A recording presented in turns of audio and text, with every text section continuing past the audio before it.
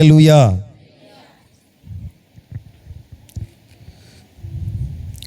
ఆదికాండము 3వ అధ్యాయము 21వ వచనం. దేవుడైన యెహోవా ఆదామునకు అతని భార్యకు చర్మపు సొక్కాలను చేయించి వారికి తొడిగాను. చాలండి. చదువుకున్న లేఖన భాగాన్ని ధ్యానం చేసినప్పుడు ఇక్కడ తండ్రి అయిన దేవుడు దిగంబర్లుగున్న ఆదాము అవ్వలను చూసి వారికి చర్మపు సొక్కాలు చేయించి వారికి వాటిని తొడిగించిన వాడుగా ఉన్నాడు. అంటే మన పరలోకపు తండ్రి ఏం చేస్తాడయ్యా అంటే మనకు వస్త్రాలను ధరింపచేసేవాడుగా ఉంటాడు. ఆమేన్. మనకి వస్త్రాలను ధరింపచేసేవాడుగా ఉంటాడు. కానీ అపవాది ఏం చేస్తాడయ్యా అంటే మన వస్త్రాలను దొంగిలించేవాడుగా ఉంటాడు. ఏం చేస్తాడు? దొంగిలించేవాడుగా ఉంటాడు. అవును, దేవుని పిల్లలమైన మనకు దేవుడు రక్షణ అనే వస్త్రాన్ని, పరిశుద్ధత అనే వస్త్రాన్ని, సత్క్రియలు అనే వస్త్రాన్ని దేవుడు మనకి ధరింపచేస్తే సాతాను ఏం చేస్తున్నాడయ్యా అంటే ఈ రక్షణ అనే వస్త్రాన్ని, మహిమ వస్త్రాన్ని, సత్క్రియలు, నీతి క్రియలు అనే వస్త్రాలను వాడేం చేస్తున్నాడు తెలుసా? దొంగిలించేవాడుగా ఉంటున్నాడు. ఎలా ఉంటున్నాడు? దొంగిలించేవాడుగా ఉంటాడా? ఈ రోజున నీ దేవుడు నీ సిగ్గును కప్పాలని ఆయన ప్రయత్నం చేస్తే సాతానుడు నిన్ను సిగ్గుపరచాలని వాడు ప్రయత్నం చేస్తాడు. సాతానుడు నిన్ను సిగ్గుపరచాలని ప్రయత్నం చేస్తాడు.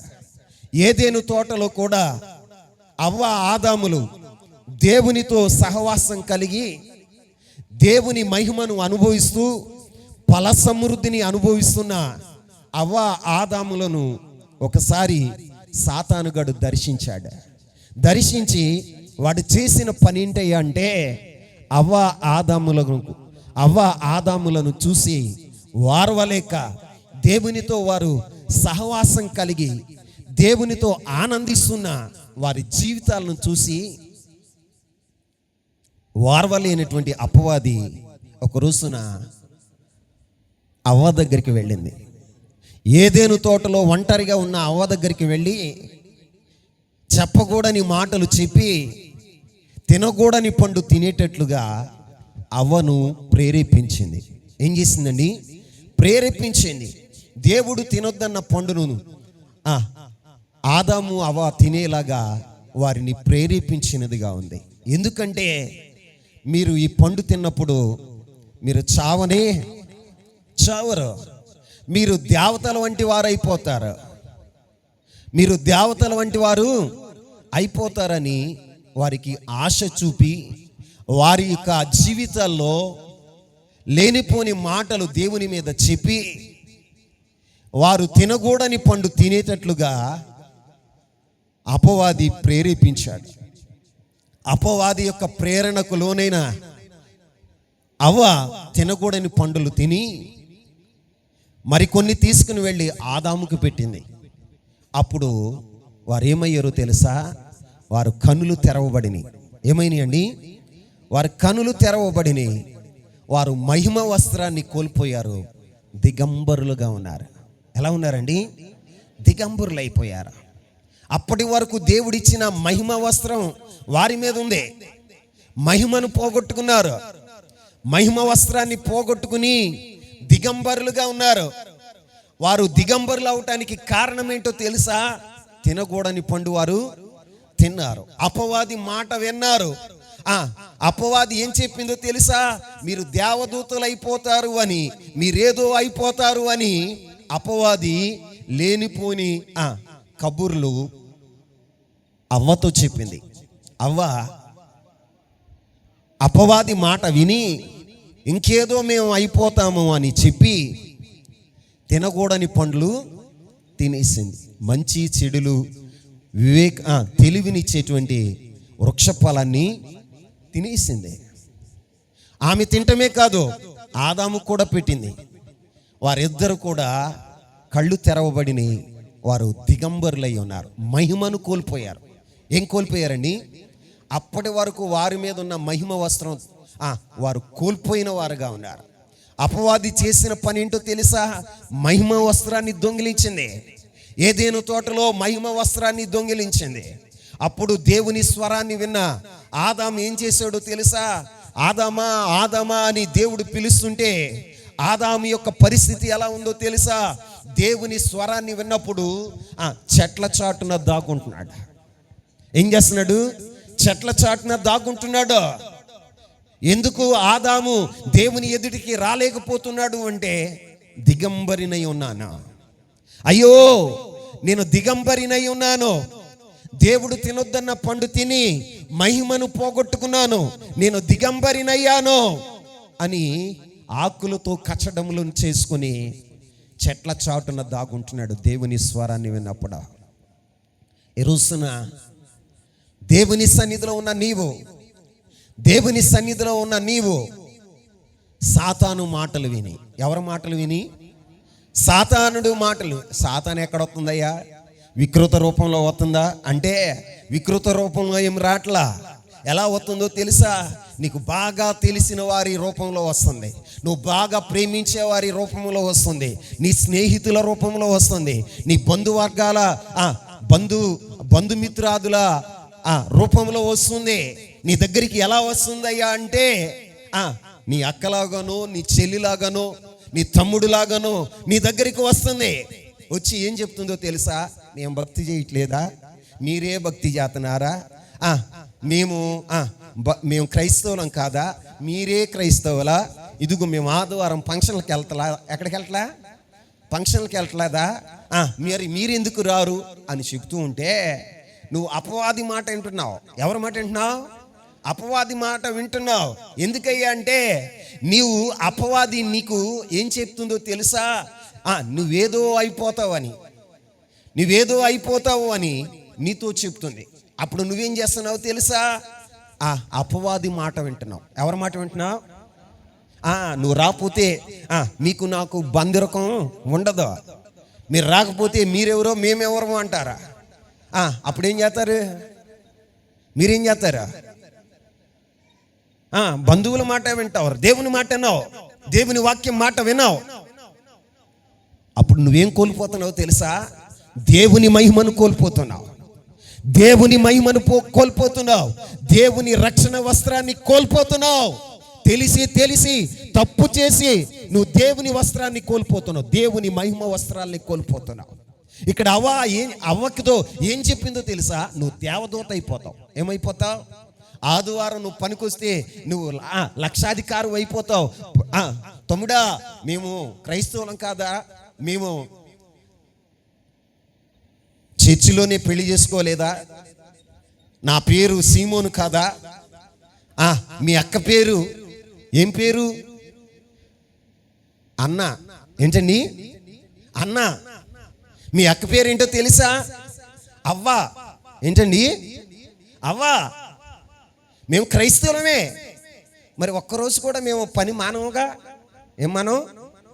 పని మానవుగా. అందుకని నెలకి ఎంత సంపాదిస్తున్నావు తెలుసా? ఎంత సంపాదిస్తున్నావు? 30,000. ఎంత? చెప్పు 30,000. నువ్వెంత సంపాదిస్తున్నావు? ఆఫ్టర్ ఆల్ 20,000 నువ్వు సంపాదిస్తున్నావు. కారణం ఏంటో తెలుసా? నువ్వు పని మానేసేవాడుగా ఉండ.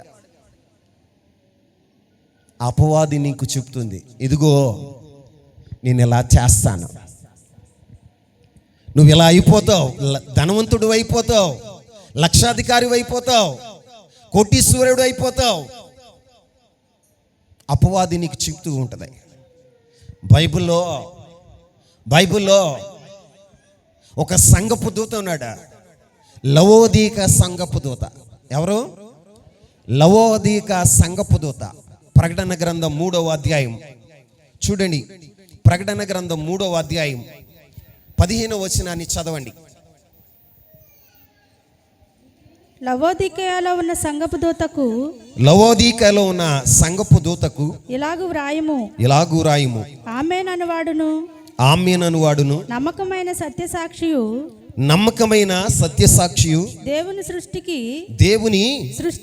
సృష్టికి ఆదియునైన వాడు చెప్పు సంగతులేవనగా, నీ క్రియలను నేను ఎరుగుదును, నీవు చల్లగానైనను వెచ్చగానైనను లేవు, నీవు చల్లగానైనను వెచ్చగానైనను ఉండిన మేలు, నీవు వెచ్చగానైనను చల్లగానైనను ఉండక నులివెచ్చగా ఉన్నావు గనుక నేను నిన్ను నా నోట నుండి ఉమ్మివేయ ఉద్దేశించి ఉన్నాను. నీవు దౌర్భాగ్యుడవు, దిక్కుమాలిన వాడవు, దరిద్రుడవు, గ్రుడ్డివాడవును, దిగంబరుడవై ఉన్నావనియు ఎరుగక నేను ధనవంతుడను, ధనవృద్ధి చేసుకుని ఉన్నాను, నాకేమీ కొదువలేదని చెప్పుకొనుచున్నావు. ఇక్కడ లవోదీక సంఘపు దూతతో దేవుడు చెబుతున్నాడు, అబ్బాయి లోకపరంగా నీవు ధనవంతుడివే, లోకపరంగా నువ్వు చూసుకున్నప్పుడు నీ కనుదృష్టికి ఎలా ఉన్నావో తెలుసా? ఏమీ కొదువలేని వాడుగా ఉన్నావు. ఏం లేని వాడుగా ఉన్నాడండి. ధనం ఉంది, ధనాన్ని వృద్ధి చేసుకుంటున్నాడు. అతని జీవితం ఎలా ఉంది అంటే ఏమీ కొదువు లేనిదిగా ఉంది. తన దృష్టికి తను ఎలా కనపడుతున్నాడు అంటే ఏ కొదువ లేనివాడుగా ఉన్నాడు. ఆయన అనుకుంటున్నాడు, నాకేంట్రా, నేను ధనవంతుడిని, లక్షాధికారిని, కోటీశ్వరిని అనుకుంటున్నాడు. ఆయన జీవితంలో ఆయన వేసుకుంటున్నాడు ఈ లోక సంబంధమైన విలువైన వస్త్రాలు ధరిస్తున్నాడు. ఏం ధరిస్తున్నాడు? విలువైన వస్త్రాలు ధరిస్తున్నాడు. అతను అనుకుంటున్నాడు, నాలో ఏ లోపం లేదు, నాకేమీ కొదువ లేదు అని ఆయన అనుకుంటున్నాడు. సంఘముల మధ్యన సంచరిస్తున్న ఆత్మస్వరూపి అయిన దేవుడు మాట్లాడుతున్నాడా? ఏమని మాట్లాడుతున్నాడో తెలుసా? అబ్బాయి నాకేమీ కొదువలేదు అనుకుంటున్నావుగా, అసలు నీ పరిస్థితి ఎలా ఉందో తెలుసా? నువ్వు దౌర్భాగ్యపు స్థితిలో ఉన్నావు, నువ్వు దిక్కుమాలిన వాడుగా ఉన్నావు, నీ జీవితంలో దరిద్రుడుగా ఉన్నావు, గుడ్డివాడుగా ఉన్నావు, దిగంబరుడు అయి ఉన్నావు. ఏని చెప్పాడు ప్రభు? 1 దౌర్భాగ్యుడు, 2 దిక్కుమాలిన వాడు, 3 దరిద్రుడు, 4 గుడ్డివాడు, 5 దిగంబరి. 5 విషయాలు ఆయనలో ప్రభు చూశాడు. కానీ ఈయనకేం కనపట్లా, ఈ వ్యక్తికి ఏం కనపట్లా. లవోదీక సంఘపు దూతకు మాత్రం నేను ధనవంతుడను, ధనవృద్ధి చేసుకున్నాను, నాకేమీ కొదువ లేదని అనుకుంటున్నాడు. కానీ అతనిలో ఉన్న కొదువులు ఎవరు చూస్తున్నారో తెలుసా? పరిశుద్ధాత్మ దేవుడు చూస్తున్నాడు. ఎవరు చూస్తున్నారు? నీ దృష్టికి నువ్వు కొదువలేని వాడుగా కనపడవచ్చు, నా దృష్టికి నేను కొదువలేని వాడిగా కనపడవచ్చు. కానీ అంతరంగాన్ని చూస్తున్న దేవుడు ఒకడున్నాడు. ఆమేన్. అంతరంగాన్ని చూస్తున్న దేవుడు ఒకడున్నాడు. మన పరిశుద్ధ జీవితాన్ని పరిశీలిస్తున్న దేవుడు ఒకడున్నాడు. ఆయన ఏమంటున్నాడు తెలుసా? అబ్బాయి నువ్వేమీ కొదువు లేదనుకుంటున్నావు, అసలు నీ స్థితి ఎలా ఉందో తెలుసా? నువ్వు ఉన్న స్థితిని నువ్వు ఎరగలేనటువంటి గుడ్డివాడుగా నువ్వు ఉన్నావు, ఎరగని స్థితిలో ఉన్నావు, నీ పరిస్థితి ఏంటో గమనించలేనటువంటి దుస్థితిలో ఉన్నావు. అందుకే నువ్వు దౌర్భాగ్యుడు. అబ్బాయి ఏమంటున్నాడండి? తన స్థితి ఏంటో తనకి తెలియకపోయేసరికి దేవుడు అంటున్న మాటల, అబ్బాయి నువ్వు దౌర్భాగ్యుడు. ఏమంటున్నాడండి? దిక్కుమాలినోడివి. ఏమంటున్నాడండి? దిక్కుమాలిన వాడు. ఇంకేమంటున్నాడు? దరిద్రుడు. ఈయనేమనుకుంటున్నాడు? నేను ధనవృద్ధి చేసుకున్నాను, నేను ధనవంతుడును, నాకేమీ కొదువ లేదంటున్నాడు. దేవుడు ఏమంటున్నాడు తెలుసా? నీవు దిక్కుమాలినోడివి, దరిద్రుడివి. భక్తి, పరిశుద్ధత, విశ్వాసము, నీతి అనేది లేనిటువంటి దరిద్రపు స్థితిలో ఉన్నావు. ఏ స్థితిలో ఉన్నావట? దరిద్రపు స్థితిలో ఉన్నావు. నీ స్థితిని నువ్వు ఎరగట్టలా. ఎంత దరిద్రపు స్థితిలో ఉన్నావో తెలుసా? విశ్వాసం విషయంలో, పరిశుద్ధత విషయంలో, నీతి విషయంలో, దేవుని వెంబడించే క్రమంలో ఎంత దారిద్ర్యపు స్థితిలో నువ్వు ఉన్నావో తెలుసా? నువ్వేమనుకుంటున్నావు తెలుసా? నాకేం కొదువ లేదు.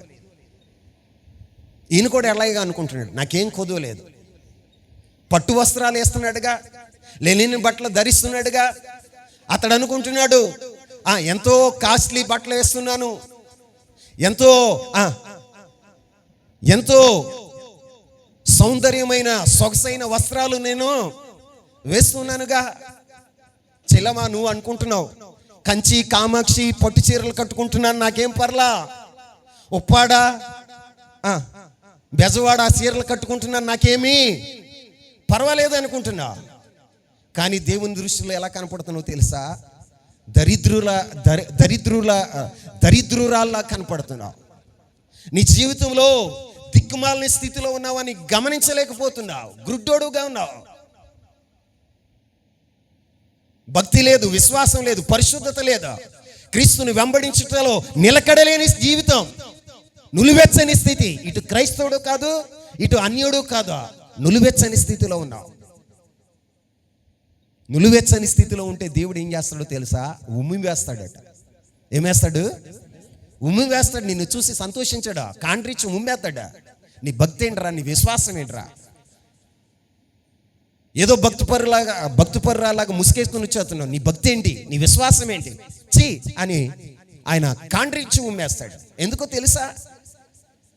నువ్వు వెచ్చగా లేవు, ఇటు చల్లగాను లేవు, ఇటు అన్యుడిగా లేవు, ఇటు క్రైస్తవుడిగా లేవు. నులివెచ్చని స్థితి, నులివెచ్చని స్థితి. ద్వంద్వ మనస్తత్వం కలిగిన వారు దేవునికి ఇష్టలుగా ఉండలేరా? ద్వంద్వ మనస్తత్వం కలిగిన వారు దేవుని దగ్గర నుంచి ఏది పొందుకోలేరు. నువ్వు అనుకుంటున్నావు లోకపరంగా నువ్వు డబ్బులు సంపాదించవచ్చేమో కానీ, లోకపరంగా నువ్వు ధనవంతుడు కావచ్చేమో కానీ, లోకపరంగా విలువైన వస్త్రాలు ధరించవచ్చేమో కానీ, దేవుని దృష్టిలో, ఎవరి దృష్టిలో? లోకం దృష్టిలో కాదా, నీ దృష్టిలో కాదా, పరలోకం దృష్టిలో. ఏ దృష్టిలో? పరలోకపు దృష్టిలో. ఆ పరిశుద్ధుడైన పరలోకపు తండ్రి దృష్టిలో నువ్వు ఎలా ఉన్నావో తెలుసా? దిగంబరిగా ఉన్నావు. ఎలా ఉన్నాడట? అతడు అనుకుంటున్నాడు నేను విలువైన వస్త్రాలు ధరించనే, నేను బట్టలు లేని పరిస్థితుల్లో లేనే. ప్రభు అంటున్నాడు నువ్వు దిగంబరి స్థితిలో ఉన్నావు. ఏ స్థితిలో ఉన్నావు? దిగంబరి స్థితిలో ఉన్నావు. ఎందుకో తెలుసా? దేవుడిచ్చిన రక్షణ అనేటువంటి వస్త్రాన్ని కోల్పోయాడు, మహిమ వస్త్రాన్ని కోల్పోయాడు, సత్క్రియలు అనేటువంటి వస్త్రాన్ని కోల్పోయాడు, నీతి క్రియలను కోల్పోయాడు. నీతి లేకుండా అవినీతిగా బ్రతుకుతూ, క్రమం లేకుండా అక్రమంలో బ్రతుకుతూ, నీ జీవితంలో లోకంలో అక్రమంగా సంపాదించవచ్చు, లేకపోతే అవినీతిగా సంపాదించవచ్చు, లోకంలో ఉన్న ధనాన్ని నువ్వు సంపాదించుకోవచ్చు. కానీ ప్రభు లేకపోతే నువ్వు దరిద్రుడే. నీ జీవితంలో దేవుడు లేకపోతే నువ్వు దరిద్రుడివే. మహిమ వస్త్రాన్ని కోల్పోయాడా ఆదాము అవ్వల. వారు ఏమయ్యారో తెలుసా? దిగంబరులుగా, నేకెడ్గా ఉన్నారా? వాళ్ళు ఎలా ఉన్నారండి? నేకెడ్గా తిరుగుతున్నారా? ఏదేను తోటలో ఒకప్పుడు మహిమ వస్త్రాలతో తిరిగిన వాళ్ళు దిగంబరులుగా తిరుగుతున్నారు. ఎలా తిరుగుతున్నారు? ఆదామా అని దేవుడు పిలవగానే ఆదాము గుండెల్లో భయం పుట్టింది. ఏం పుట్టింది? భయం పుట్టింది. అమ్మో దేవుడు వచ్చేసాడా, ఏదేను తోటలోనికి దేవుడు వచ్చేసాడని భయపడిపోతూ చెట్లు చాటుకి పారిపోయారు. ఈరోజున దేవుని తోట అయిన దేవుని మందిరంలో నువ్వు ఉన్నావు. ఎక్కడ? దేవుని మందిరంలో ఉన్నావు. నీకు ఆ భయం ఉందా? ఆ భయం ఉందా? ప్రభు ఇక్కడ సంచరిస్తున్నాడని, ప్రభు నీతోనే మాట్లాడుతున్నాడని, ప్రభు స్వరం వినపడుతుందనే భయం నీకు కలిగి ఉన్నావా? రక్షణ వస్త్రాన్ని కోల్పోయి, మహిమ వస్త్రాలని కోల్పోయి, దేవుడిచ్చినటువంటి నీతి వస్త్రాలను కోల్పోయి, ప్రశస్తమైన వస్త్రాలను కోల్పోయి, పిండి వస్త్రం లేకుండా దేవుని సన్నిధిలో కూర్చుంటున్నా. నీ జీవితంలో భయం ఉందా? భయం ఉందా? ఎలా ఉన్నావు తెలుసా? లవోదీక సంఘపు దూతలాగానే ఉన్నావు. నువ్వేమనుకుంటున్నావు తెలుసా? నాకేం కొదువలేదా? ఏం లేదు, మా ఇంట్లో సమృద్ధిగా ఉందండి, నేను సంపాదిస్తున్నా, మా ఆయన సంపాదిస్తున్నాడు, మా పిల్లలు సంపాదిస్తున్నారు, అబ్బా మాకేం కొదువలేదు, మాకేం కొదువలేదు. 4 చేతులతో రాబడి ఉంది. ఎన్ని చేతులతో చెప్పండి? 4 చేతులతో రాబడి ఉంది. మాకేం కొదువలేదు. లోకపరంగా నువ్వు కొదువలేని వాడుగా ఉండొచ్చు, కానీ ఆత్మీయ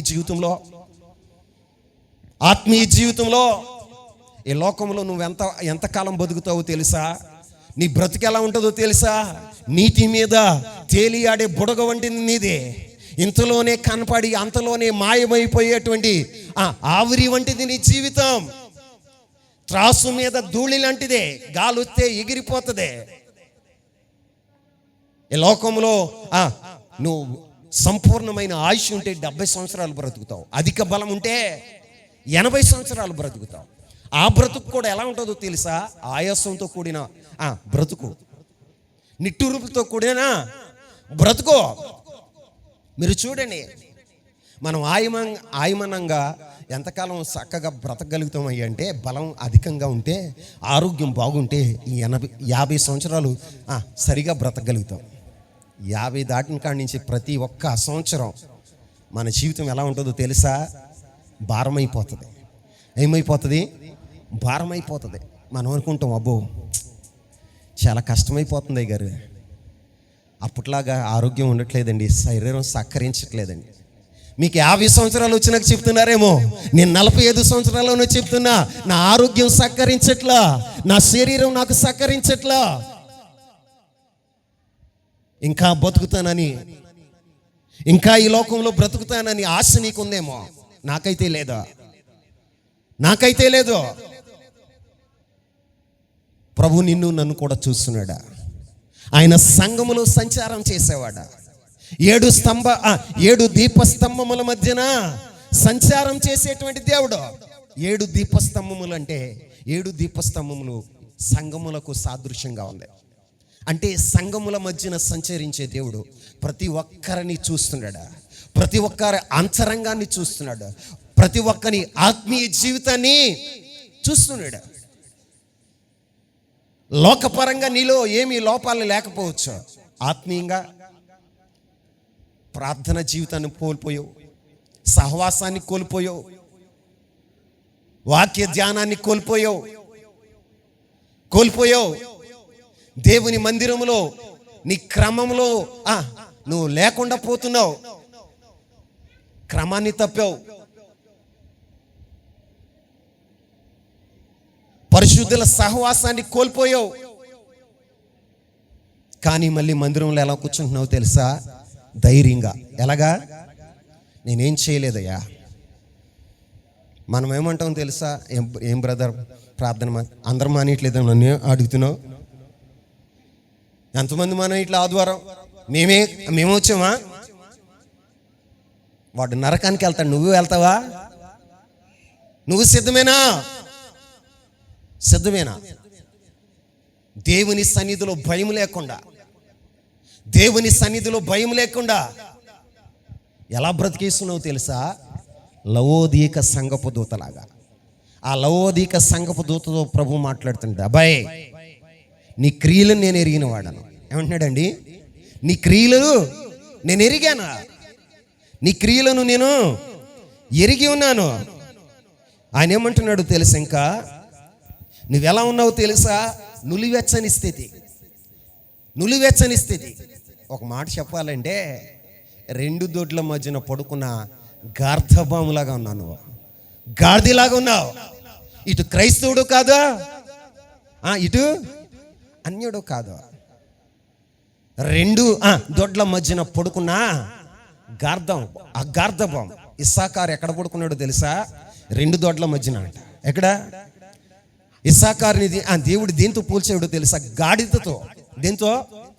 నువ్వు దేంతో పోల్చుకుంటావు? నువ్వే పోల్చుకో, నేను అన్నగాని ఆ మాట. ఆ పాపం నాకెందుకు?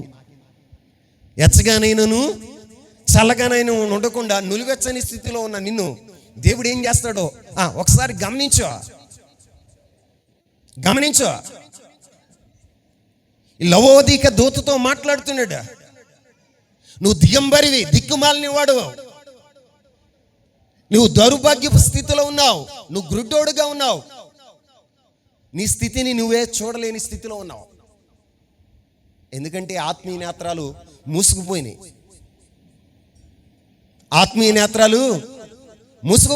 ఈ యుగ సంబంధమైన దేవత అవిశ్వాసులైన వారి మనోనేత్రాలకు గ్రుడ్డితనం కలగ చేస్తుందని వాక్యం సెలవిస్తుండగా నీ అవిశ్వాసాన్ని బట్టి ఈ యుగ సంబంధమైన దేవత నీ కన్నులకు ఏం కలగజేసిందో తెలుసా? గురుడితనం, వాస్తవాన్ని చూడలేని స్థితి. సమర్థించుకుంటున్నావు. ఏమనో తెలుసా? పర్వాలేదులే, నేను బాగానే ఉన్నానులే. ప్రభు అలా ఒప్పుకుంటలా. నువ్వు సమర్థించుకోవచ్చేమో కానీ ప్రభు రాజీ పడే దేవుడు కాదా? ఆమేన్. నీ స్థితిని ఎరిగి మాట్లాడుతున్నాడు. ఇక్కడ లవోదీక సంఘపు దూత స్థితిని చూసి ప్రభు మాట్లాడుతున్నాడు. నేను ధనవంతుడును, ధన వృద్ధి చేసుకున్నాను, నాకేమీ కొదువు లేదనుకుంటున్న వ్యక్తితో మాట్లాడుతున్నాడు. అరే, నీ పరిస్థితి ఏంటో తెలుసా? అసలు నువ్వు గుడ్డోడురా, నువ్వు దిగంబరివరా, నీకు బట్టలు లేవురా, నేను ఇచ్చిన మహిమ వస్తారని ఎప్పుడో కోల్పోయావు అబ్బాయి. దరిద్రపు స్థితిలో ఉన్నావు, దిక్కుమాలిన వాడుగా ఉన్నావు, దరిద్రుడుగా నువ్వు ఉన్నావు. కానీ నువ్వేమనుకుంటున్నావు తెలుసా? నేను బాగానే ఉన్నా. సంఘంలో కూర్చున్న నువ్వు కూడా అలా సమర్థించుకోవట్లేదా? ఈ లవోదీక దూతలాగా పర్వాలేదులే అని సమర్థించుకుంటలేదా? సమర్థించుకుంటున్న లవోదీక దూతతోనే చెప్తుండడా, నువ్వు గుడ్డోడు అబ్బాయి. ఏమంటున్నాడు? గుడ్డోడవు, వాస్తవం ఎరగని వాడవు. నీ వస్త్రాలు ఎప్పుడో కోల్పోయాయి. నువ్వు వేసుకున్న రంగురంగు వస్త్రాలు కాదు, సొగసైన వస్త్రాలు కాదా. దేవుడిచ్చిన వస్త్రం పేరేంటో తెలుసా? నీతి వస్త్రం. దేవుడిచ్చిన వస్త్రం పేరేంటో తెలుసా? రక్షణ అనే వస్త్రం. దేవుడిచ్చిన వస్త్రం పేరేంటో తెలుసా? మహిమ వస్త్రం. ఏం వస్త్రం? మహిమ వస్త్రం. దేవుడిచ్చినటువంటి వస్త్రం పేరేంటో తెలుసా? ప్రశస్తమైన వస్త్రం. దేవుడిచ్చిన వస్త్రం పేరేంటో తెలుసా? ప్రతిష్ఠిత వస్త్రాలు. ఏ వస్త్రాలు ఇచ్చాడు చెప్పండి? ప్రతిష్ఠిత వస్త్రాలు. మరి నీ జీవితంలో ఆ వస్త్రాలు ఉన్నాయా? ఆ వస్త్రాలు లేకపోతే నువ్వు రాకడలో ఎత్తబడగలవా? ఆలోచించే. ఈ రోజున దేవుని తోటలో, ఏదేను తోటలో ఉన్న అవ్వ ఆదాము దేవుని స్వరాన్ని వినగానే వాళ్ళు ఏం చేస్తున్నారు తెలుసా? భయపడుతున్నారు. ఏం చేస్తున్నారు? మరి దేవుని సన్నిధిలో ఉన్న నీవు భయపడుతున్నావా? రక్షణ కోల్పోయిన నీవు, పరిశుద్ధతను కోల్పోయిన నీవు, క్రమాన్ని కోల్పోయిన నీవు, నీతిని తప్పిన నీవు, నీ జీవితంలో ప్రతిష్టతను కోల్పోయిన నీవు భయపడుతున్నావా? భయం ఉందా అని అడుగుతున్నా. ఎలా ఉన్నావు తెలుసా? సమర్థించుకునే స్థితిలో ఉన్నావు. ఏ స్థితిలో?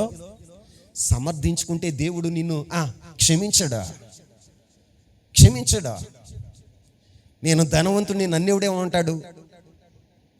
నేను ధనవంతుడు కదా, నన్ను విమర్శించేవాడు ఎవడుంటాడు?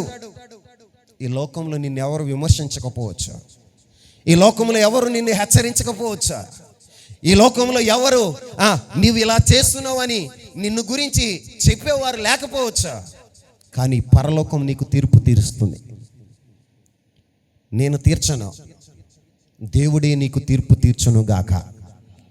దేవుడే నీ స్థితిని బట్టి నీతో మాట్లాడును గాక. ఈ రోజున లవోదీకపు సంఘపు దూతతో మాట్లాడుతున్న మాట, నీవు ఏమీ లేకపోయినా అన్నీ ఉన్నోళ్ళగా నువ్వు సమర్థించుకుంటున్నావు. నాకేమీ కొదువు లేదని చెప్తున్నాడట. దేవుని దృష్టిలో ఏమీ లేవు. పరిశుద్ధత విషయంలో ఒక్కటి కూడా ఉండవలసిన లక్షణం ఒక్కటి కూడా లేదు. విశ్వాసికి ఉండవలసిన లక్షణం ఒక్క లక్షణం కూడా నీలో లేదు. కానీ ధైర్యంగా దేవుని సన్నిధిలో కూర్చోగలుగుతున్నావు. ప్రియులరా, దేవుని స్వరాన్ని విన్నప్పుడు భయపడాలి. సాతాను నిన్నేం చేస్తుందో తెలుసా? భ్రమపరుస్తుంది. నిన్నేదో చేసేస్తానని. ఏం చేస్తుంది? అవ్వ ఆదాములను ఏం చేసింది? మరణానికి పాత్రులుగా చేసింది. ఏం చేసింది? మరణానికి నువ్వు దేవదూత అయిపోతావు అని చెప్పాడు. దేవదూతలకు మరణం ఉందా? చెప్పలే. మరి మానవులకి మరణం వచ్చింది కదా. వీళ్ళని ఏం చేసిందో తెలుసా? నువ్వు దేవదూతలు అవుతావని చెప్పి తినకూడని పండు వారితో తినిపించి అబద్ధమాడి వారిని ఏం చేసిందో తెలుసా? దేవునికి దూరం చేసేసింది. ఏం చేసింది? దేవునికి దూరం చేసేసింది. నీ జీవితంలో కూడా సాతానుడు చేసే పని ఏంటో తెలుసా? దేవుని సహవాసానికి దూరం చేసేస్తుంది. దేవుని సహవాసానికి దూరం చేసేస్తుంది. ఎలా అండి? నీకే తెలుసు నువ్వు ఎలా దూరం అయిపోతున్నావో సహవాసానికి. ఎలా దూరం అయిపోతున్నావో సహవాసానికి ఎలా దూరం అయిపోతున్నావో నీకే తెలుసా? దేవుని సన్నిధిలో చెప్తున్నాను, సాతాను నీ దగ్గరికి కుయుక్తి కలిగి వస్తుంది. అది ఎలా వస్తుందో నీకు తెలియదు. ఎప్పుడు వస్తుందో నీకు మరణం వచ్చినట్లుగే. ఎట్లాగా? మరణం వచ్చినట్లుగానే అది వస్తుంది. ఎప్పుడు వస్తుందో తెలియదు, ఎక్కడ వస్తుందో. నువ్వు ఒంటరిగా ఇప్పుడు దొరుకుతావో దానికి వేచి చూస్తుంది, నీకోసం కాచుకుని చూస్తుంది. నీ ఆత్మీయ జీవితాన్ని దేవుని నుండి నిన్ను దూరం చేయటానికి, దేవుని ప్రేమ నుండి, దేవుని యొక్క సన్నిధి నుండి నిన్ను దూరం చేయటానికి అది ఎలా వస్తుందో, ఏ రూపంలో వస్తుందో నీకు తెలియదు. దాని యుక్తిని నువ్వు గమనించాలి. ఏం గమనించాలి? యుక్తిని గమనించాలి. లేకపోతే సాతాను చెప్పినటువంటి మాటలకు లోబడి నువ్వు చేయరాని కార్యాలు చేస్తావు.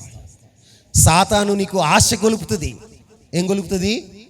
ఆశ గొలుపుతుంది. అబ్బా, ఎంతకాలం ఈ పేదరికం అనుభవిస్తావమ్మా?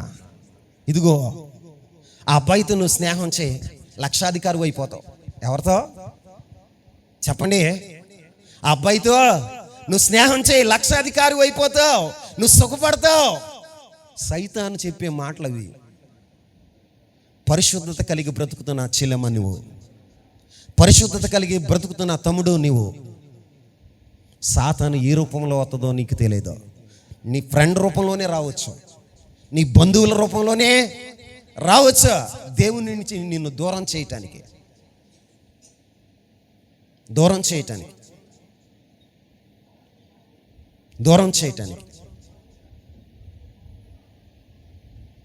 నేను ఒక మాట చెప్పనా? హైదరాబాద్లో ఒక బ్రదర్ ఉంటాడు. మన నెల జరిగే ఆత్మాభిషేక్ కూడికలో పాలు పొందుతాడు ఆ బ్రదర్. ఆయన మెట్రో కంపెనీలో పనిచేస్తాడు. ఎక్కడ? మెట్రో కంపెనీలో పనిచేస్తాడు. ఆయనకి ప్రమోషన్ ఇచ్చి బెంగళూరు వెళ్ళమన్నారు. ఎక్కడికి వెళ్ళమన్నారు? ప్రమోషన్ ఇచ్చి బెంగళూరు వెళ్ళమన్నారు. ఆయన ఏమన్నాడు తెలుసా? నాకు ప్రమోషన్ తీసుకుని నేను బెంగళూరు వెళ్తే దేవుని సన్నిధికి దూరం అయిపోతా. దేనికి? దేవుని సన్నిధికి దూరం అయిపోతా. ఆ ఉద్యోగం నాకు అవసరంలా, ఆ ప్రమోషన్ నాకు అవసరంలా అని బెంగళూరు వెళ్ళకుండా మానేశాడండి. చాలా మదన పడిపోయాడు. ఏం చేయాలి ఇప్పుడు? కుటుంబాన్ని ఎలా పోషించాలి? మళ్ళీ హైదరాబాదులోనే ఉన్నతమైనటువంటిది ఉద్యోగాన్ని దేవుడిచ్చాడా. ఎక్కడో తెలుసా? ఎయిర్పోర్ట్లో. ఎక్కడ? మెట్రోలో నుంచి తీసి ఎయిర్పోర్ట్లో ఇచ్చాడా. కన్స్ట్రక్షన్ ఫీల్డ్లో ఉంటాడు ఆయన. ఉద్యోగం ఇచ్చాడా. దేవుని సన్నిధి పట్ల నీకు ఆసక్తి ఉంటే దేవుడు నిన్ను ఏం చేస్తాడో తెలుసా? ఉన్నతంగానే నిలుపుతాడా. దేవుని కోసం కొన్ని త్యాగం చేయాలి. త్యాగం చేసే మనసు దేవుడు నిన్ను చూస్తే, నీలో చూస్తే దేవుడు ఏం చేస్తాడో తెలుసా? నువ్వు అడిగిన దానికంటే, ఊహించిన దానికంటే అత్యధికమైన కార్యాలు చేయగలుగుతాడు. మనం ఏం చేస్తాం తెలుసా? అత్యాశ మనకి ఉంటుంది. ఏ ఆశ? ఉన్నదానితో తృప్తిపడం. కోరిపల్లిలో ఉంటే 1000 రూపాయలే సంపాదిస్తున్నాం. మనం కోరిపల్లి నుంచి దూరంగా వెళ్ళిపోతే, ఎక్కడికి? విజయవాడ వెళ్ళిపోయాం అనుకో, 2000 వస్తాయి రోజుకి. అప్పుడు నెలకి ఇన్కమ్ ఎంతో తెలుసా? ఎంతమ్మా? 60,000. 30,000 ఎక్కడా? 60,000 ఎక్కడ? 60,000 కోసం చూసుకుని దేవుని సన్నిధిని పోగొట్టుకున్నాను. దేవుని సన్నిధిని పోగొట్టుకున్నావు. నువ్వు లోకపరంగా ధనవంతుడు కావచ్చా, దేవుని దృష్టిలో ఎలా ఉంటావో తెలుసా? దరిద్రుడిగా ఉంటావు. ఎలా ఉంటావు? దరిద్రుడిగా ఉంటావు. దేవుని దృష్టిలో ఎలా ఉంటావో తెలుసా? దిక్కుమాలిన స్థితిలో ఉంటావు. నువ్వు స్థితిలో ఉంటావు. ఈరోజు గమనించండి, ఆదాము అవ్వలు ఏం చేశారో తెలుసా? ఏదో అయిపోతామని, దేవతల్లాగా అయిపోతాం. నీకు కూడా ఆశ కలుగుతుంది. నువ్వు ఎలా ఉంటావు? నువ్వు ఎలాగ ఉండవు బుజా, ఇప్పుడు ఉన్నట్టు నువ్వు బ్రతకు బుజా, నువ్వు కోటీశ్వరరాలు అయిపోతావు ఈ పని చేతే.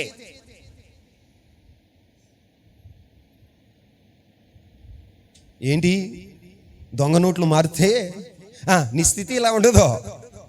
ఎలా ఉండదో? పట్టుకున్న రోజున ఉంటుంది. ఏముంటుందండి? పట్టుకున్న రోజున ఏమవుతుంది? లక్షాధికారి అవ్వాలని, కోటీశ్వరుడు అవ్వాలని నువ్వు ఉద్రేకపడి, ప్రేరేపించబడి అవినీతి మార్గాల్లో, అక్రమ మార్గాల్లో సంపాదించాలనుకున్నావు. దొరికిన రోజున సెంట్రల్ జైలు 7 ఊసలు లెక్క పెడతా ఉంటాం. ఎక్కడ చెప్పండి? అప్పుడు పరువు పోయే, నీ ప్రతిష్టత పోయే, నీ ఉన్న రాబడి మొత్తం పోయే, ఎవరు నిన్ను నమ్మరు, నీ గౌరవం ఉండదు. కారణం ఏంటో తెలుసా? ఏదో అయిపోదామని. ఏమైపోదామని? ఏదో అయిపోదామని. ఈ అవ్వ ఆదాములు అదే అనుకున్నారు. దేవుడు తన పోలికలో చేసుకుని, తన మహిమను నింపి, తన ఆత్మను నింపి, తన చేతి పనులన్నిటి మీద అధికారాన్ని ఇచ్చి, మహిమా ప్రభావాలతో కూడిన కిరీటాన్ని పెట్టి, దేవదూతల కంటే కొంచెం తక్కువ వానిగా చేసి, ఆయన్ని ప్రేమిస్తూ ప్రతి ప్రార్థనకు మానక జవాబిస్తున్నాడట. దాంతో సంతృప్తి పొందకుండా దేవదూతలం అయిపోదామని ప్రయత్నం చేసి ఉన్నది కోల్పోయారు. అదే కొండనాలికి ముందు వేస్తే ఉన్న నాలిక ఊడిందంట. ఆశపడి నువ్వు చేసేటువంటి పాపము నిన్ను అపవిత్రురాలుగా చేస్తుంది. దేవుడిచ్చిన రక్షణ వస్త్రాన్ని కోల్పోయేటట్లుగా చేస్తుంది. తమ్ముడా, నీవు దేవునికి దూరం అయిపోవటానికి కారణం ఏంటి? ఏమవుదామని దేవుని సన్నిధికి దూరం అయిపోతున్నావు? చెలమా, ఏమవుదామని దేవుని సన్నిధికి దూరం అయిపోతున్నావు? బైబిల్లో రాయబడిన మాట ఏంటో తెలుసా? ఒక వ్యక్తి అట, చూడండి, లూకా శుభవార్తలో ఒక వ్యక్తి మనకు కనపడతాడు. ఒక వ్యక్తి అట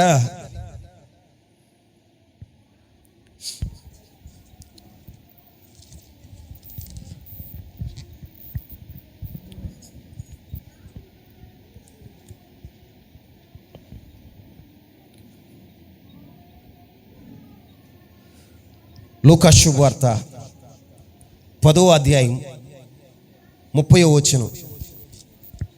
లూకా శుభవార్త 10వ అధ్యాయం 30వ వచనం. అందుకు యేసు ఇట్లనెను, ఒక మనుషుడు యెరూషలేము నుండి యెరికో పట్టణమునకు దిగి వెళ్ళుచు ఏం చేస్తున్నాడట? దిగి వెళ్ళుచు దొంగల చేతిలో చిక్కెను. వారు అతని బట్టలు దోచుకొని అతన్ని కొట్టి కొన ప్రాణముతో విడిచిపోయిరి. ఎవరితడో? యెరూషలేములో నిలిచి ఉండవలసిన వ్యక్తి యెరికోకి దిగి వెళ్తున్నాడట.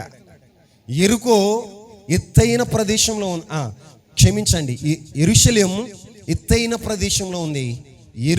యెరికో లోతట్టు ప్రాంతంలో ఉంది. ఏ ప్రాంతంలో ఉంది? లోతట్టు ప్రాంతంలో ఉంది. అంటే ఆ వ్యక్తి భక్తిలో, విశ్వాసంలో, పరిశుద్ధతలో, ప్రతిష్టతలో, వైరాగ్యములో శిఖరాగ్ర స్థాయిలో ఉన్నాడు. ఏ స్థాయిలో ఉన్నాడు? శిఖరాగ్ర స్థాయిలో ఉన్నాడు. అతడు ఎక్కడ ఉన్నాడు అంటే దేవుని కనుదృష్టి నిలిచేటువంటి స్థలంలో ఉన్నాడు. ఎక్కడ? దేవుడు యెరూషలేమును గురించి ఏమన్నాడు తెలుసా? ఇది నేను కోరుకున్న స్థానం. ఏమన్నాడు? ఇది నేను కోరుకున్న స్థానం, నా కనుదృష్టి ఎల్లప్పుడూ ఇక్కడ ఉంటది, ఇదిగో నా మనసు ఎల్లప్పుడూ ఇక్కడ ఉంటది అని యెరూషలేమును గురించి మాట్లాడాడు. అంటే దేవుని కనుదృష్టి నిలిచే స్థలం నుంచి, దేవుని మనసు నిలిచే స్థలం నుంచి దేవుని యొక్క దేవుడు కోరుకున్న స్థలం నుంచి ఆ వ్యక్తి ఏమవుతున్నాడో తెలుసా? ఆ స్థలం నుంచి దిగి వెళ్తున్నాడట. ఏమవుతున్నాడు? ప్రతిష్టతలో దిగిపోయాడా, వైరాగ్యంలో దిగిపోయాడు, పరిశుద్ధతలో దిగిపోయాడు, నీతిలో దిగిపోయాడు, రక్షణ జీవితం నుండి దిగిపోయాడు. దిగిపోయి ఎక్కడికి వెళ్తున్నాడో తెలుసా?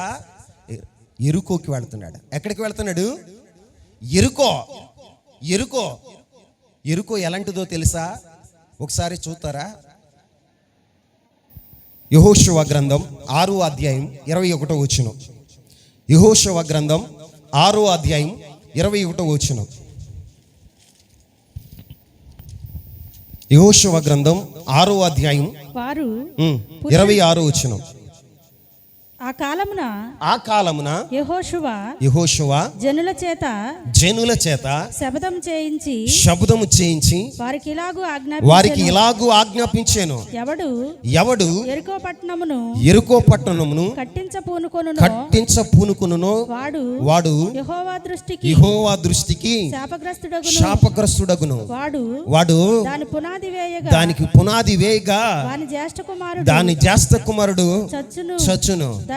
దాని తలుపులను నిలవనెత్తగా వాని కనిష్ట కుమారుడు చచ్చును. చాలండి. ఇక్కడ దైవజనుడైన యెహోషువ ఇశ్రాయేలు ప్రజలతో ఒక శబ్దము చేయించాడు. అంటే ఒక ప్రమాణం చేయించాడు. ఏమనో తెలుసా? యెరికో పట్టణాన్ని కట్టడానికి పునాది వేస్తే అతడు శాపగ్రస్తుడవుతాడు. పునాది వేసిన రోజున అతని జ్యేష్ఠ కుమారుడు చచ్చిపోతాడు. దానికి తలుపులు నిలిపిన రోజున కనిష్ట కుమారుడు చనిపోతాడు. ఎందుకంటే అది శాపగ్రస్తమైన పట్టణం. ఏ పట్టణం? చెప్పండి. శాపగ్రస్తమైన పట్టణం. యెరికో అనేది శాపగ్రస్తమైన పట్టణం. మీరు చూడండి, ఎలీషా ప్రవక్త దినాల్లో ఎలీషా కూడా యెరికో పట్టణానికి వెళ్ళాడు. ఏ పట్టణానికి? యెరికో పట్టణానికి వెళ్ళాడు. అక్కడ బిల్డింగ్లు ఉన్నాయి, మంచి మంచి కట్టడాలు ఉన్నాయి. అన్నీ చూశాడు. ఆయన అనుకుంటున్నాడు ఈ పట్టణం చాలా బాగుంది అని చెప్తున్నారు. ఆ పట్టణ వాస్తులు ఏమని చెప్తున్నారో తెలుసా? దైవజనుడా, ఈ పట్టణం చూడటానికి రమ్యంగానే కనపడుతుంది, కానీ ఈ పట్టణంలో ఉన్న ఓట మంచిది కాదా? ఈ ఓట ఎంత లెక్కైతే ప్రవహిస్తుందో, ఈ ఓటలో ఉన్న నీళ్లు ఎంతమంది అయితే తాగుతారో వారు చనిపోతారు. ఏమవుతారు? చెప్పండి. చనిపోతారు అని ఎలీషా ప్రవక్తతో చెప్పారు ఆ ఊరి గ్రామస్తులు. చూడటానికి అది ఎలా ఉంటుందో తెలుసా? రమ్యంగా ఉంటుంది, కానీ దాని ఓటలు మాత్రం మంచివి కాదు.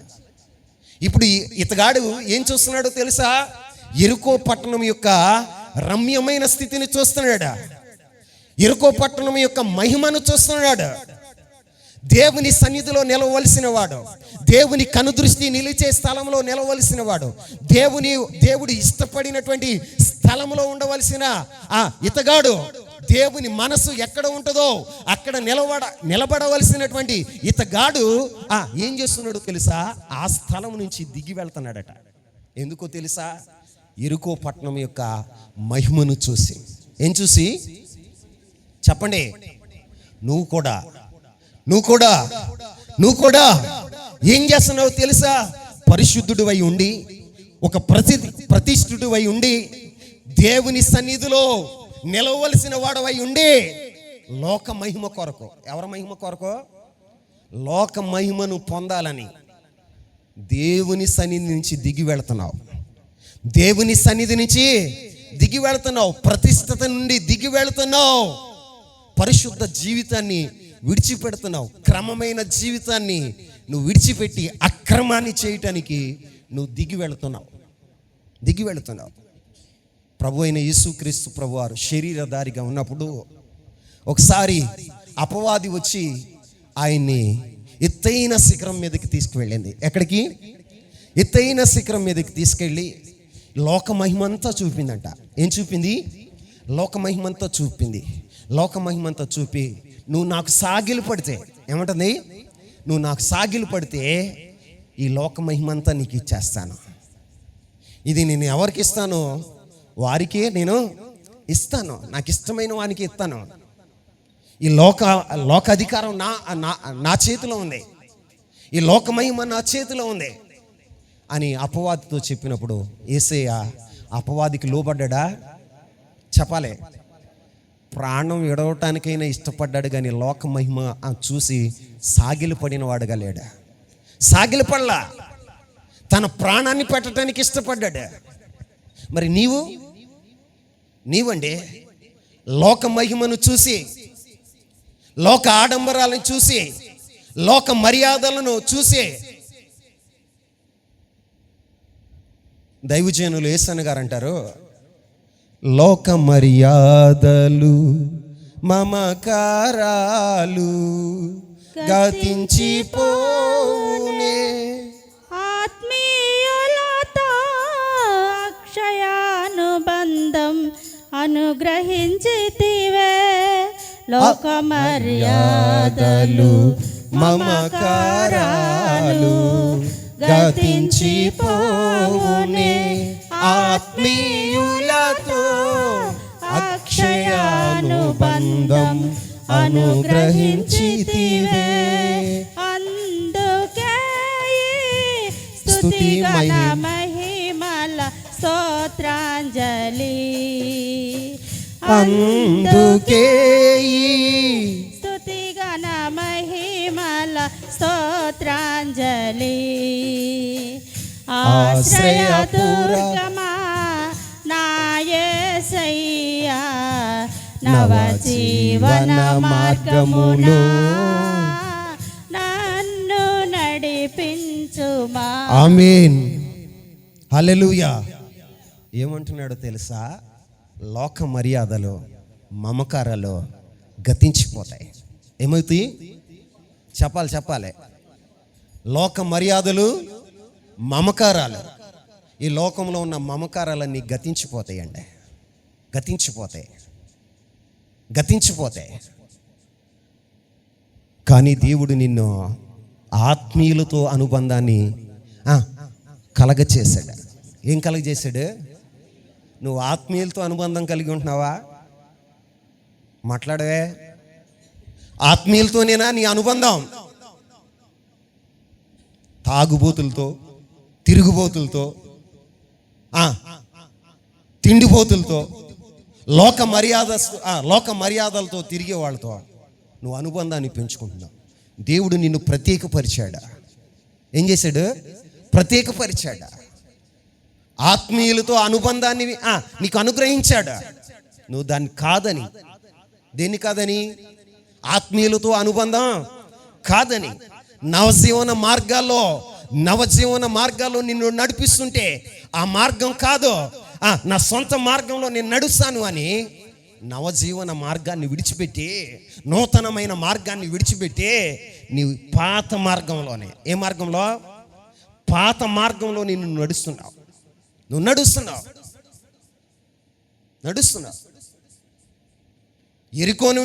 యెరూషలేము నుండి యెరికోకి ఎందుకు బయలుదేరాడు? అది శాపగ్రస్తమైన ప్రదేశం. దాని ఓటలు మంచి కాదు. అక్కడ నీళ్లు తాగిన వాళ్ళు చస్తున్నారు. అది తెలుసుగా. కానీ ఎక్కడికి బయలుదేరాడు తెలుసా? చస్తావన్న సంగతి తెలుసు కూడా. ఎక్కడికి బయలుదేరాడు? తాగితే చస్తావని తెలుసు, వ్యభిచారం చేస్తే చస్తావని తెలుసు, నువ్వు స్పీడ్గా తోలితే చస్తావని తెలుసు. కానీ అలాగే వెళ్తావు. కారణం ఏంటి? లోక మహిమ. ఏంటండి? లోక మహిమ నిన్ను ఆకర్షిస్తుంది. ఓటలు మంచివి కాదని చెప్పాడే. శాపగ్రస్తమైన ప్రదేశం అన్నారే. ఉన్నతమైన స్థానంలో నిలబడవలసిన నీవు, పరిశుద్ధ స్థానంలో నిలబడవలసిన నీవు, ప్రతిష్టతలో నిలబడవలసిన నీవు శాపగ్రస్తమైన అనుభవాలకి దిగి వెళుతున్నావు. ఎక్కడికి దిగి వెళ్తున్నావు? శాపగ్రస్తమైన అనుభవాలకి దిగి వెళుతున్నావు. దొంగలు నిన్ను దొంగల చేతిలో చిక్కుకున్నాడట. ఎప్పుడైతే దేవుని సన్నిధి నుంచి దిగి, దేవుడు కోరుకున్న స్థలం నుంచి దిగి కిందకు వెళుతున్నాడో, ఎరుకోకు వెళుతున్నాడో, దొంగల చేతిలో చిక్కాడు. ఎవరి చేతిలో చిక్కాడు? ఆ దొంగ ఎవరో కాదో, ఆ దొంగ ఎవరో కాదో. యోహాను శుభవార్త 10వ అధ్యాయము 10వ వచనం నుంచి చదువుదాం. యోహాను శుభవార్త 10వ అధ్యాయం 10వ వచనం నుంచి. దొంగ దొంగతనమును హత్యను నాశనము చేయుటకు వచ్చును గాని మరి దేనికి రాడు. గొర్రెలకు జీవము కలుగుటకును అది సమృద్ధిగా కలుగుటకు నేను వచ్చి తిని అని మీతో నిశ్చయముగా చెప్పుచున్నాను. నేను నీతో నిశ్చయముగా చెప్పుచున్నాను. దొంగ ఎందుకు వస్తాడు? దొంగతనం చేయటానికి. ఆ దొంగ ఎవడో తెలుసా? అపవాది. ఎవరో? అపవాది. నీ దగ్గరున్న విలువైనవి, నీ దగ్గరున్న మహిమ, నీ దగ్గరున్న ప్రశస్తమైనటువంటి వస్త్రాలు, నీ దగ్గర ఉన్నటువంటి నీతి క్రియలు, నీ దగ్గర ఉన్నటువంటి రక్షణ అనే వస్త్రాలను దోచుకోవటానికి వస్తాడు. ఆడ హత్య చేయటానికి వస్తాడు. ఎందుకు వస్తాడట? హత్య చేయటానికి, నాశనం చేయటానికి వస్తాడు. యెరూషలేము నుండి యెరికోకు వెళుతున్న వ్యక్తి కూడా దొంగల చేతిలో చిక్కాడు. విచిత్రం ఏంటో తెలుసు? అక్కడ బంగారం దోసుకున్నారని రాయలా, ఆయన దగ్గర ఉన్న ఆహార పదార్థాలు దోసుకున్నారని రాయలా, ఆయన దగ్గర ఉన్నటువంటి విలువైనవి మరేవో దోసుకున్నారని రాయలా. వస్త్రములను దోసుకొని, ఏం దోసుకున్నారట? వస్త్రాలు దోసుకొని కొట్టి కొన ప్రాణంతో త్రోవ ప్రక్కన వదిలేశారట. ఈ రోజున సాతానుడు ఏం చేస్తాడో తెలుసా? నీ వస్త్రమే వాడికి కావాలి. ఆమేన్. ఆ వస్త్రం ఏంటో తెలుసా? రక్షణ అని, పరిశుద్ధత అనే వస్త్రం. ఆమేన్. ఏ వస్త్రం? రక్షణ, మహిమ వస్త్రం. మహిమ వస్త్రం. ఎందుకు వాడికి నీ మీద అంత ఈర్ష్య? ఎందుకు నీ మీద అంత ఈర్ష్య? ఆడికి ఎందుకు ఈర్ష్య వచ్చిందో చెప్పనా? బైబిల్లో ఒక సంఘటన చెప్తా. యాకోబుకి 12 మంది కుమారులు ఉన్నారు. ఎంతమంది? అందరు చెప్పండి. 12 మంది కుమారులు ఉన్నారు. 12 మంది కుమారుల్లో యాకోబట యోసేపుని ఎక్కువగా ప్రేమించేవాడట. యోసేపుని ప్రేమించి తన ప్రేమకు గుర్తుగా ఆయన ఏమిచ్చాడో తెలుసా? ఒక విచిత్రపు అంగీని కుట్టించాడట. దేని కుట్టించాడు? విచిత్రపు అంగీని కుట్టించాడట. ఆ విచిత్రపు అంగీని చూసిన అన్నదమ్ములు, అరే మనందరికంటే ఈ యోసేపు గారిని తండ్రి ప్రేమిస్తున్నాడు రా, వీడి మీదే ప్రేమ ఎక్కువ ఉంది. ఏముంది? వీడి మీదే ప్రేమ ఎక్కువ ఉందని వారు ఆ విచిత్రపు అంగీ ఇచ్చిన మొదలుకొని యోసేపు మీద పగబట్టారట. ఏం పట్టారు? పగబట్టారట.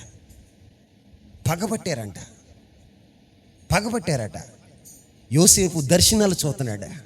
ఏం చూస్తున్నాడు? దర్శనాలు చూస్తున్నాడు. రాబోయే దినాల్లో దేవుడు తనని ఎలా ఉంచబోతున్నాడో ప్రత్యక్షతో చూస్తున్నాడు. చూసి తన ఆనందములతో చెప్తున్నాడు, అన్నయ్య మనమందరం కట్టేతకి వెళ్ళాం. ఎక్కడికి వెళ్ళాం? కట్టేతకి వెళ్ళాం. మీ పనులన్నీ నా పొన లేచి నిలబడితే మీ పనులన్నీ నా పొనకి సాగిలు పడుతున్నాయి. నా పొన ముందు మీ పనులన్నీ పడుకున్నాయి అన్నయ్య అని చెప్పారు.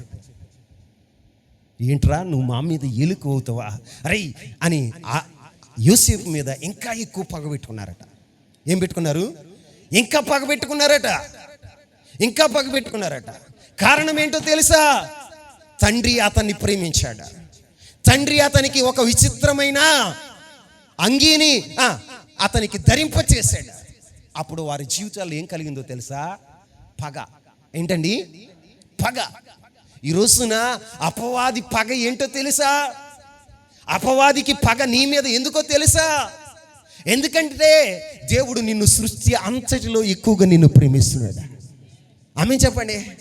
సృష్టి అంతటిలో సృష్టిలో ఉన్న అన్ని జీవరాశుల కన్నా దేవుడు నిన్ను ఎక్కువగా ప్రేమిస్తున్నాడు. ఎంతగా ప్రేమించాడయ్యా అంటే తన ప్రేమను వెల్లడిపరుస్తూ ఆయన రూపాన్ని నీకు ఇచ్చాడు. ఏమిచ్చాడు? ఆయన రూపాన్ని నీకు ఇచ్చాడు. ఆయన జీవాన్ని నీకు ఇచ్చాడు. విచిత్రం ఏంటో తెలుసా? ఆయన చేతి పనులన్నిటి మీద అధికారాన్ని నీకు ఇచ్చాడు. ఏమిచ్చాడండి? అధికారాన్ని నీకు ఇచ్చాడు. ఆ అధికారాన్ని చూసింది. నీకేమిచ్చాడో తెలుసా? ఇంకా రక్షణ అనే వస్త్రాన్ని ఇచ్చాడు. ఏ వస్త్రం? రక్షణ అనే వస్త్రాన్ని ఇచ్చాడు. తండ్రి ఈ వస్త్రాన్ని ఇచ్చి చేతి పనులన్నిటి మీద అధికారాన్ని ఇచ్చి ఆయన రూపాన్ని నీకు ఇచ్చి ఆయన జీవాన్ని నీకు ఇచ్చి సాతాను గడి ఏం చేస్తున్నాడు తెలుసా? కుళ్ళిపోతున్నాడు, తట్టుకోలేకపోతున్నాడు, అసూయపడుతున్నాడు. ఒకప్పుడు అధికారం కోసం ఆలోచన చేస్తే పరలోకము నుండి నన్ను నెట్టివేశాడు. ఏం చేశాడు? పరలోకము నుండి నన్ను త్రోసివేశాడు. ఈ భూమి మీదకి రావడానికి కారణం నేనేంటయ్యా అంటే, ఒకప్పుడు మండుచున్నటువంటి రాళ్ల మధ్యన సంచారం చేసిన మహిమ కలిగిన దూతను నేను, అభిషేకం కలిగిన కెరూబునే. ఆ స్థానం నుండి నన్ను ప్రభు పడవేశాడు. ఎందుకో తెలుసా? అతని చేతి పనుల మీద అధికారాన్ని సంపాదించుకోవాలని నేను ప్రయత్నం చేసినప్పుడు అధికారం కోసమే కదా నన్ను పడవేశాడు. సింహాసనం కొరకేగా నన్ను పడవేశాడు. ఇప్పుడు అంటాడు, జయించిన వానికి నేను సింహాసనాన్ని ఇస్తానంటున్నాడు. ఏమంటున్నాడండి? చెప్పండి. జయించిన వానికి నా సింహాసనం నీదే. కొడుకా రా, సింహాసనం మీద కూర్చో. జయించావు కాబట్టి, లోకాన్ని జయించావు, పాపాన్ని జయించావు, సాతాన్ని జయించావు, రా కూర్చో. ఏమంటున్నాడు? సింహాసనం మీద కూర్చో. సింహాసనాన్ని ఇస్తానని ప్రకటించాడు ప్రభు. రక్షణ వస్త్రాలను ఇచ్చాడు, చేతి పనులన్నిటి మీద అధికారాన్ని ఇచ్చాడు. అప్పుడు అపవాదికి ఏమొచ్చిందో తెలుసా? అసూయ. ఏంటండి? అసూయ, ద్వేషం, పగ. అందుకే దేవుని నుండి నిన్ను దూరపరచాలని మాయ మాటలు చెప్పి, ఏవో కల్లబుల్లు మాటలు చెప్పి, నువ్వేదో అయిపోతావు అని చెప్పి నిన్ను దేవుని నుంచి దూరం చేస్తుంది. దేవుడిచ్చిన మహిమ వస్త్రాలను దోచుకుంటుంది. అది దిగంబరిగా ఉన్న ఆదాము దేవుని దగ్గరికి వెళ్ళగలిగాడా? చెప్పండి, వెళ్ళగలిగాడా? దేవుని స్వరాన్ని విన్నప్పుడు చెట్లు చాటికి పారిపోతున్నాడా? దేవునికి దూరంగా నిలబడుతున్నాడా? కారణం ఏంటో తెలుసా? అతని మహిమ వస్త్రాన్ని కోల్పోయాడు. ఏం కోల్పోయాడు? మహిమ వస్త్రాన్ని కోల్పోయాడు. మహిమ వస్త్రాన్ని కోల్పోతే దేవుని స్వరాన్ని వింటున్నాడు. అయ్యో, ఒకప్పుడు ఈ స్వరాన్ని విన్నప్పుడు నేను గంతులు వేస్తూ, లేడు వలె గంతులు వేస్తూ నా ప్రభు ఎదుటికి వెళ్ళేవాడిని, నా ప్రభు చేతులు పట్టుకునేవాడిని, నా ప్రభుతో కలిసి అడుగులు వేసేవాడిని. ఈ రోజున నేను అడుగులైపోతున్నాను. నా దేవుని చేతులు పట్టుకోలేకపోతున్నాను. నా దేవుని ఎదుటికి నేను వెళ్ళలేకపోతున్నాను. అయ్యో, నేనెంత తప్పు చేశాను అని చెట్ల చాటున ఉండి భయపడుతూ కృంగిపోతున్నటువంటి ఆదాముని దేవుడు చూశాడు. తండ్రి అయిన దేవుడు చూశాడు. ఆదామా, నువ్వెక్కడ నా కుమారుడా అని అడుగుతుంటే, అయ్యా, నీ స్వరాన్ని విన్నప్పుడు నేను దిగంబరిగా ఉన్నానని చెట్లు చాటున దాక్కుంటున్నా. ఎక్కడ దాక్కుంటాడట? చెప్పాలి. చెట్లు చాటున దాక్కుంటున్నానయ్యా, మహిమ వస్త్రాన్ని కోల్పోయానయ్యా. అంటే ప్రభు ఏం చేశాడో తెలుసా? నేను దిగంబరినైపోయానయ్యా. తినకూడని పండు తిని, అపవాది మాట విని తినకూడని పండు తిని నేను దిగంబరినైపోయానయ్యా. నేకెడ్గా ఉన్నాను, నీ ఎదుటికి రాలేకపోతున్నాను, సిగ్గుతో కుమిలిపోతున్నాను ప్రభువా అని ఏదెను తోటలో ఆదాము చెబితే, ఆదాము కొరకు దేవుడు ఏం చేశాడో తెలుసా? ఒక గొర్రె పిల్లను వధించి, ఏం చేశాడు? ఒక గొర్రె పిల్లను వధించి చర్మపు సొక్కాలు తయారు చేసి ఆదాముకి, అవ్వకు తొడిగించిన వాడుగా ఉన్నాడు. ఈ రోజున నీ జీవితంలో నీ స్వచిత్తాన్ని బట్టి, నీ సొంత ఆలోచనలను బట్టి, ఇదిగో నీలో రేగుతున్న ఇచ్చలను బట్టి, యెరూషలేములో ఉండవలసిన నీవు, తండ్రి సన్నిధిలో ఉండవలసిన నీవు, తండ్రి సహవాసాన్ని కలిగి ఉండవలసిన నీవు ఆ యెరూషలేమును విడిచిపెట్టి యెరికోకి వెళ్ళిన ఆ వ్యక్తిలాగా నీవు ఉన్నావేమో. ఒక రోజున బైబిల్లో ఒక తండ్రి ఉన్నాడు. ఆ తండ్రికి 2 కుమారులు ఉన్నారు. ఎంతమంది? అందరు చెప్పండి. 2 కుమారులు ఉన్నారు. పెద్దవాడు తండ్రి మాట వింటూ, తండ్రి సన్నిధిలో ఉంటూ, తండ్రి తోటలో పనిచేస్తూ తండ్రి చిత్తాన్ని జరిగించేవాడుగా ఉన్నాడు. చిన్నవాడు దుర్వ్యాపారం చేస్తూ, దుష్ట స్నేహం కలిగి,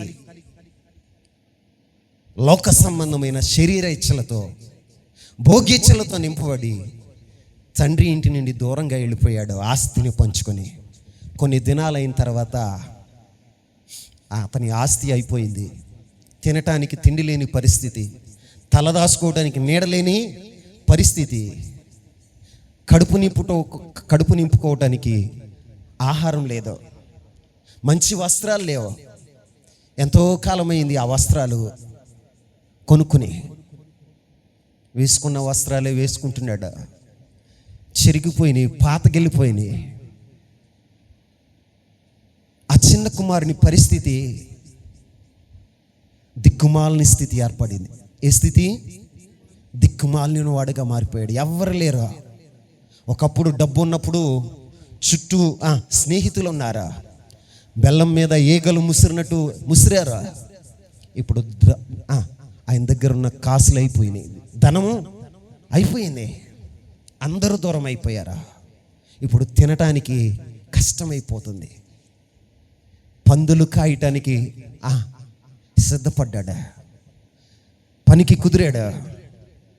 పందుల్ని మేపుతూ పందులు తినే పొట్టును తింటూ ఉండగా యజమానుడు వచ్చాడా, రా నా పందులకి పెట్టమని, నీకు మేత ఇస్తే పందుల మేత తింటావేరా పంది అని తిట్టి పనిలో నుంచి తీసివేశాడా. ఏం చేయాలో తెలియట్లా. అప్పుడు ఆలోచన చేసాడా. సీనుగారు ఆలోచన చేశాడా. ఏమని? నా తండ్రి ఇంట అనేక మంది పనివారు ఉన్నారు, వారు సమృద్ధిగా తింటున్నారు. ఎలా తింటున్నారు? సమృద్ధిగా తింటున్నారు. ఇక్కడైతే నేను ఆకలితో చస్తున్నా. దీంతో ఇక్కడ ఆకలితో చచ్చే కంటే నా తండ్రి దగ్గరికి వెళ్ళి, తండ్రి నీకు విరోధంగా పాపం చేశా, నీకును పరలోకానికి నేను విరోధంగా పాపం చేశా, కుమారుని అనిపించుకోవడానికి నాకు యోగ్యత లేదు, నీ పనివాడిలో ఒకడిగా నన్ను చేర్చుకో తండ్రి అని నా తండ్రిని నేను బ్రతుములాడతా.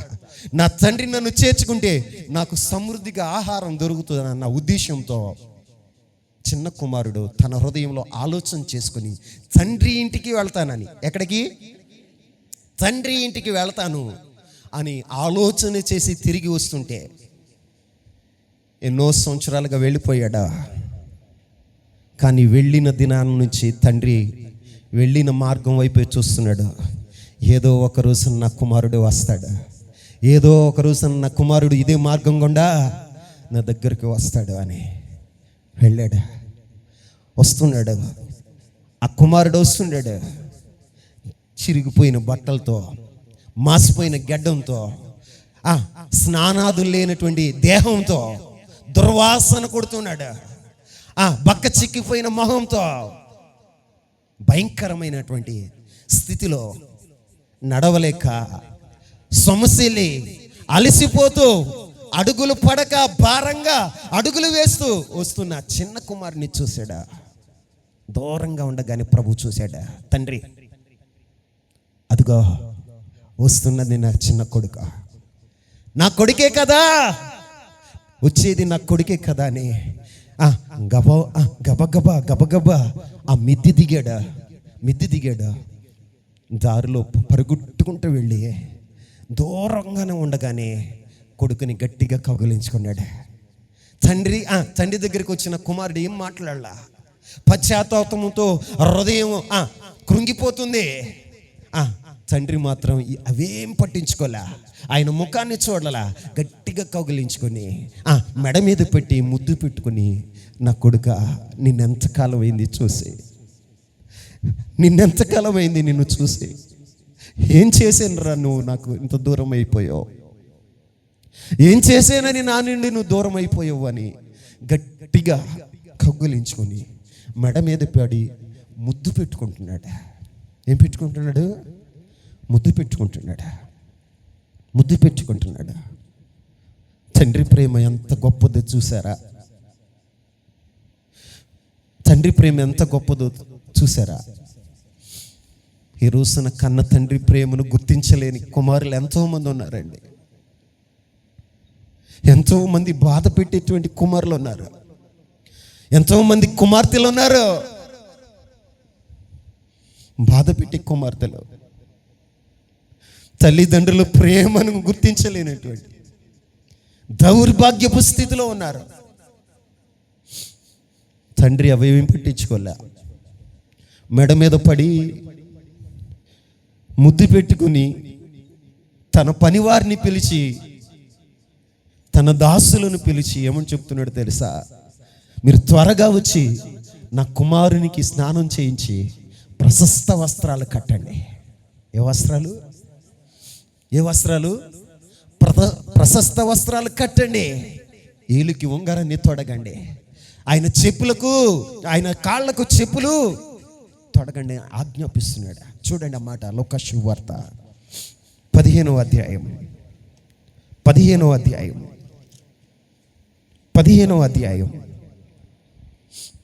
22వ వచనం.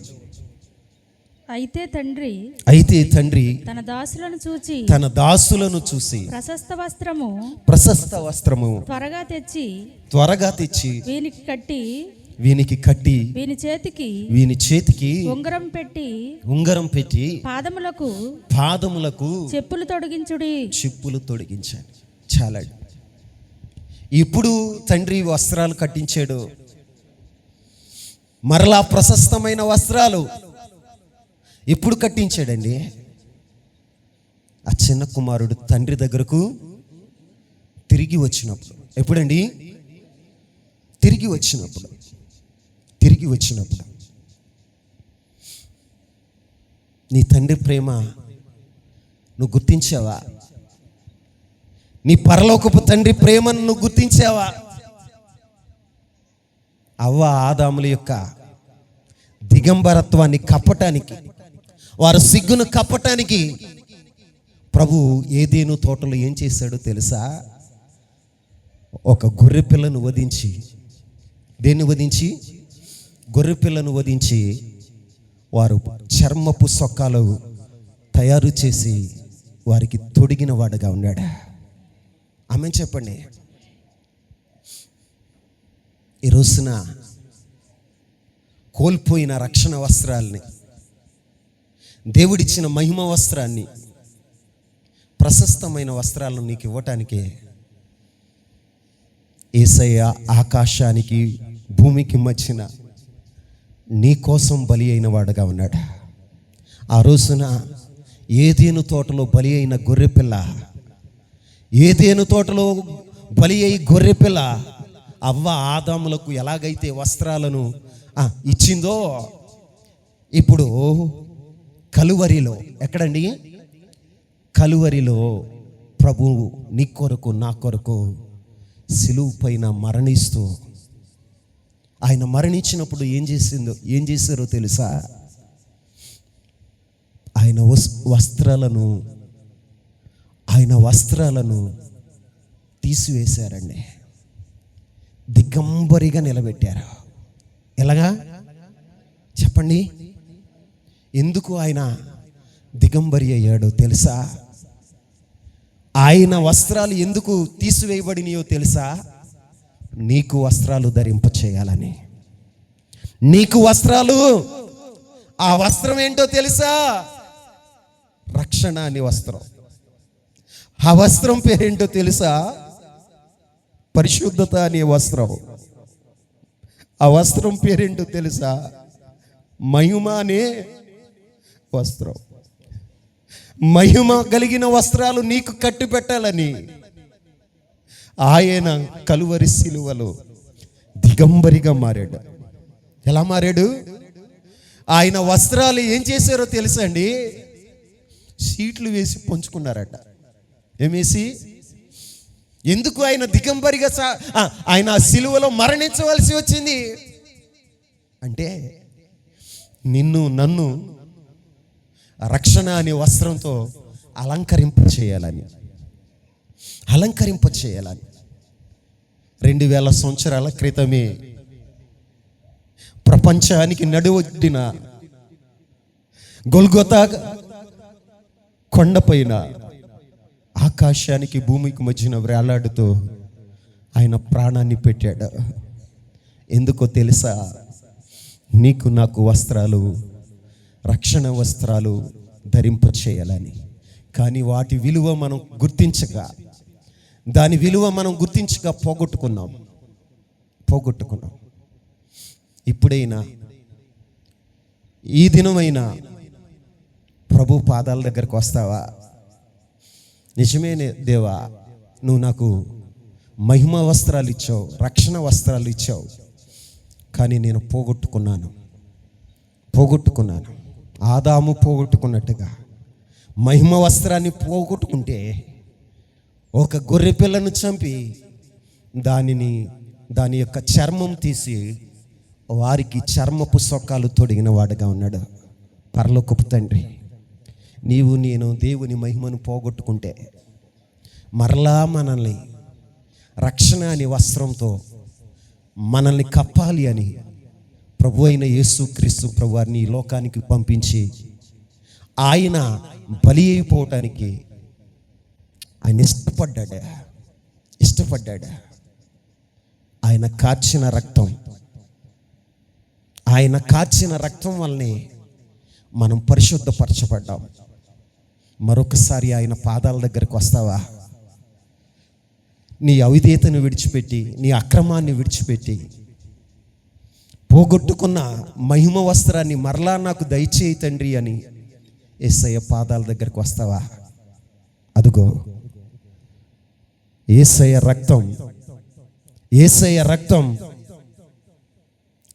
రక్తం ఇంకా సంఘంలో ఒక్కొక్క డ్రాప్ పడుతూనే ఉంది. రక్తపు బిందువులు ఇంకాను కారుతూనే ఉన్నాయి. ఆయన శిలువ యొద్దకు వస్తే ఆయన రక్తంతో నిన్ను పరిశుద్ధపరిచి, పవిత్రపరిచి మరలా నీకు ప్రశస్త వస్త్రాలను ఇవ్వాలని నా దేవుడు ఇష్టపడుతున్నాడు. పెండ్లి వస్త్రాలు ఇవ్వాలని ఇష్టపడుతున్నాడు. ఆయన పాదాల దగ్గరకు వస్తావా? ఆయన శిలువ నీడకు వస్తావా? ఇంకా ఎంతకాలం జీవితంలో కోల్పోకూడని కోల్పోయినా కూడా ఇంకా స్వసిత్తాన్ని నువ్వు జరిగిస్తున్నావు. ఇంకా నీ స్వసిత్తాన్ని జరిగిస్తున్నావు. ప్రభు రక్తము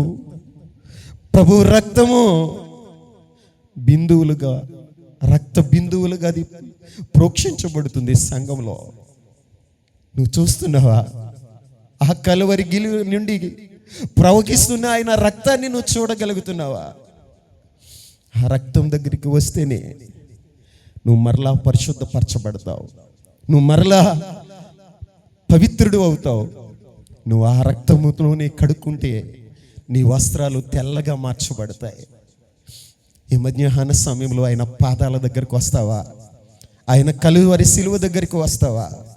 నిజమేనయ్యా, నువ్వు ఇచ్చిన వస్త్రాలను, మహిమ వస్త్రాలను నేను పోగొట్టుకున్నాను. రక్షణ వస్త్రాన్ని పోగొట్టుకున్న పాపినయ్యా నేను, నన్ను క్షమించయ్యా అని ప్రభుని వేడుకుంటావా? ఉన్న చోట మోకరిస్తావా? దేవుని సన్నిధిలో అడుగుతావా? అదుగో యేసయ్య రక్తం ఇంకను నీ కొరకు స్రవిస్తూనే ఉంది.